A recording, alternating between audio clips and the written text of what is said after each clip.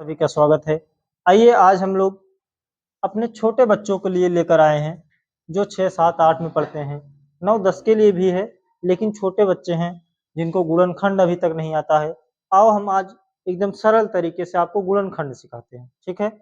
जिसको भी नहीं समझ में आता है आप लोग कमेंट कर सकते हो। बाकी इस तरीके से आपको बताया जाएगा कि आपको ज़रूरत ही नहीं पड़ेगी कहने की कि नहीं समझ में आया, ठीक है? लेकिन अगर समझ में आ रहा है तो आप वीडियो को लाइक करिए, चैनल को सब्सक्राइब करिए, ठीक है? ताकि हम लोग का भी हौसला बढ़े और अच्छे से हम आपको पढ़ा सकें।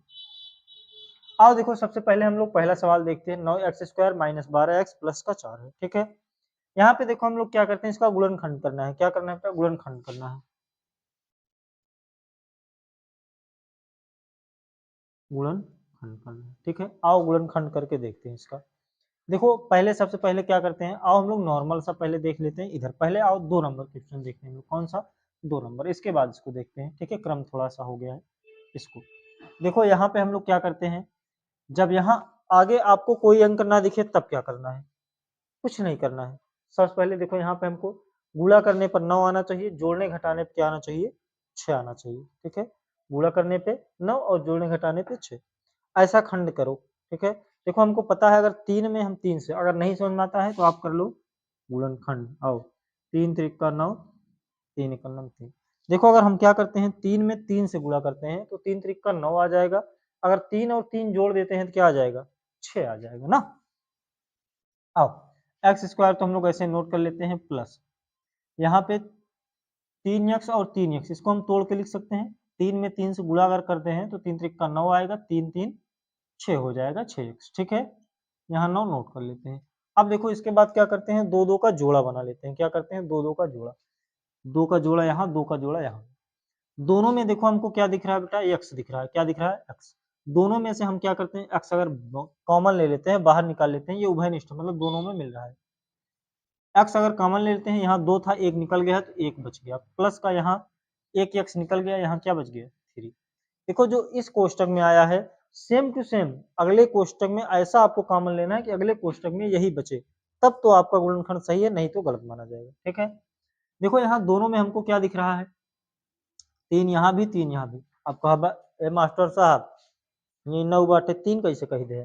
3 बा अब दिखाई देखा हम भैया 3 गुणे 3 9 के ऐसे तो लिख सकी थी ना।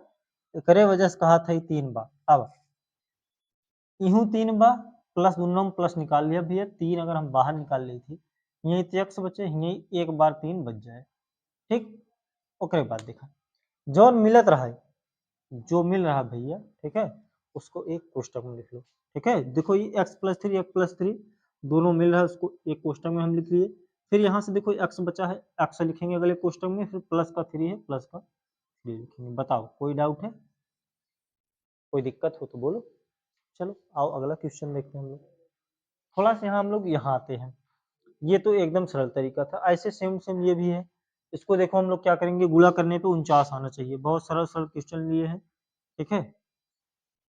आप लोगों के लिए सरल है, ठीक है? बहुत अच्छा है, आप अगर समझ जाते हो तब। 7 से अगर गुणा करेंगे 7 सता 49, फिर 7 का नम 7। देखो 7 का जब हम खंड करते हैं 7 सता 49, 7 और 7 जोड़ देंगे क्या हो जाएगा? 14 हो जाएगा। एक्स स्क्वायर नोट करेंगे प्लस 7x प्लस 7x, यहाँ 49 नोट कर लेंगे। 7x जोड़ेंगे 14x हो जाएगा, 7 सता 49, ठीक है? दोनों में देखो हमको क्या मिल रहा है, 2 2 का जोड़ा बना लेंगे।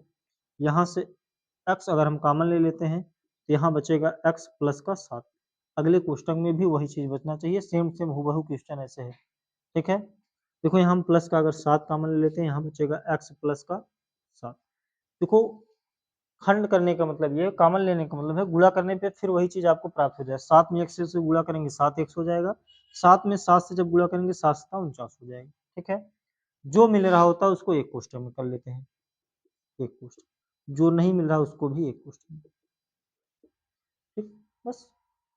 अब इसको देखते हैं थोड़ा सा। देखो इसमें हम लोग क्या करते हैं, यहाँ पे अंक आपके सामने जो एक्स स्क्वायर है उसमें नहीं जुड़ा हुआ था कोई अंक, लेकिन यहाँ देखेंगे तो अंक जुड़ा है। इसके लिए हम लोग क्या करते हैं, सबसे पहले इसका इसमें गुणा हो गया था, सवाल में यहाँ 13 रहेगा, ठीक है? देखो 9 में जब 4 से गुणा करेंगे 9 चौक 36 आएगा, ठीक है? क्या आएगा? 36। 2 से भाग देंगे 18, 2 9 18, 3 त्रिक का 9, 3 का 9 3।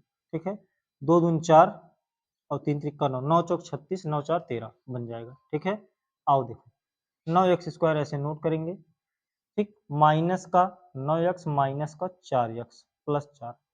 देखो यहाँ पे हम लोग क्या करते हैं, 9 चौक 36 और माइनस माइनस प्लस 9 4 13, माइनस में 13 आ जाएगा। ठीक है, दो दो का जोड़ा बनाते हैं यहाँ पे, 9 अगर कॉमन लेते हैं और x, यहाँ से बचेगा x माइनस का 1, इसमें हम ले लेते हैं माइनस का 4 कॉमन, क्या लेते हैं 4, यहाँ x बचेगा, यहाँ माइनस का 1। कैसे, देखो यहाँ माइनस का जब बुरा करेंगे माइनस माइनस प्लस हो जाएगा। ठीक, जो मिल रहा होता है बेटा आपको पता है एक कोष्टक में लिखना, क्या करना है एक कोष्टक में, तो x माइनस 1 पहले एक कोष्टक में लिख लेंगे, ये मिल रहा था। ठीक है, जो नहीं मिल रहा है 9x और माइनस 4, 9x माइनस 4 एक कोष्टक में लिखेंगे। ठीक है, चलो आगे देखते हैं। आओ इसको देखते हैं भैया, अगला क्वेश्चन। 25 में 9 से गुणा करेंगे, 9 × 45 5 हासिल 4, 9 दूनी 18, 18 4 22, 225। ठीक है, यहाँ गुणा किए 225 आया, यहाँ कुछ चेंज नहीं करना है, सिर्फ आपको मन में रखना है कि 225 हो गया। ठीक है, 225। ठीक है, अब गुणा करने पे 225 आना चाहिए, जोड़ने घटाने पे माइनस का 30 आना चाहिए। आपको एक खंड पता है 15 15 में 225 होता है, और 15 और 15 हम अगर जोड़ देते हैं माइनस माइनस करके तो 30x आ जाएगा। ठीक है, क्या आ जाएगा 30x, तो 9x² minus 15x minus 15x plus का 25, इसको ऐसे नोट कर लो, 15 15 में 225, 15 15 30 माइनस माइनस प्लस। ठीक है, देखो इन दोनों में हम क्या करते हैं कॉमन लेते हैं, फिर इन दोनों में देखो, दोनों में हमको क्या मिल रहा है 3 और x, यहाँ से क्या बचेगा x माइनस का 5। अब कहोगे ये कैसे, देखो जब इसका हम गुणा करेंगे तो ये 3x² हो जाएगा, सॉरी यहाँ 3 है, 3 त्रिक का 9 x² हो जाएगा, 3 5 15x हो जाएगा। ठीक है, वही चीज़ फिर बन गया। यहाँ आगे चलते हैं, देखो इन दोनों में हम लोग क्या लेते हैं 5 कॉमन ले लेते हैं, माइनस में अगर 5 कॉमन ले लेते हैं, 5 3 15 और x माइनस से गुणा करेंगे माइनस आ जाएगा, फिर यहाँ माइनस करेंगे क्योंकि माइनस माइनस प्लस हो जाएगा, 5 5 25। देखो दोनों सेम बन गया, 3x माइनस 5, जो मिल रहा है उसको हमने पहले नोट कर लिया, फिर जो नहीं मिल रहा है 3x माइनस 5, बस। ठीक है,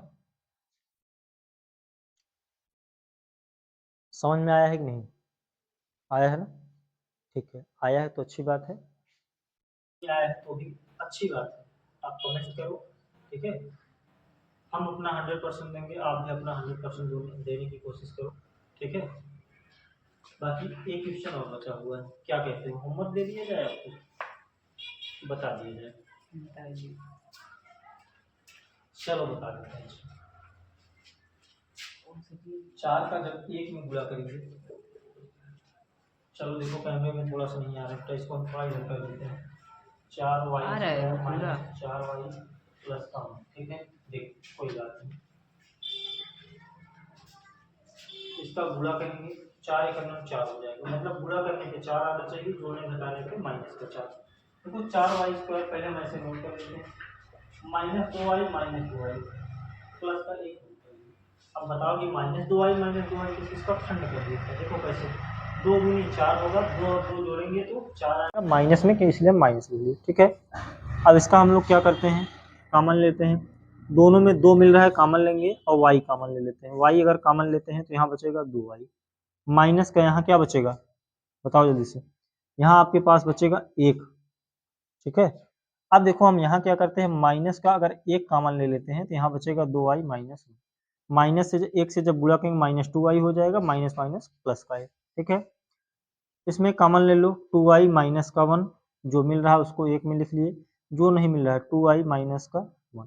देखो आप इसको एक चीज ये भी लिख सकते हो कि 2y माइनस 1 का होल स्क्वायर, क्योंकि हूबहू मिल रहा है, यही सेम प्रोसेस इसमें भी, इसमें भी। ठीक है, लेकिन इसमें नहीं होगा, इसमें भी हो जाएगा। ठीक है, तो आप इस रूप में लिख सकते हो कि x प्लस 7 का होल स्क्वायर, यहाँ भी लिख सकते हो कि x प्लस 3 का होल स्क्वायर। ठीक, यहाँ भी लिख सकते हो कि 3x माइनस 5 का होल स्क्वायर। ठीक है, दोनों सेम।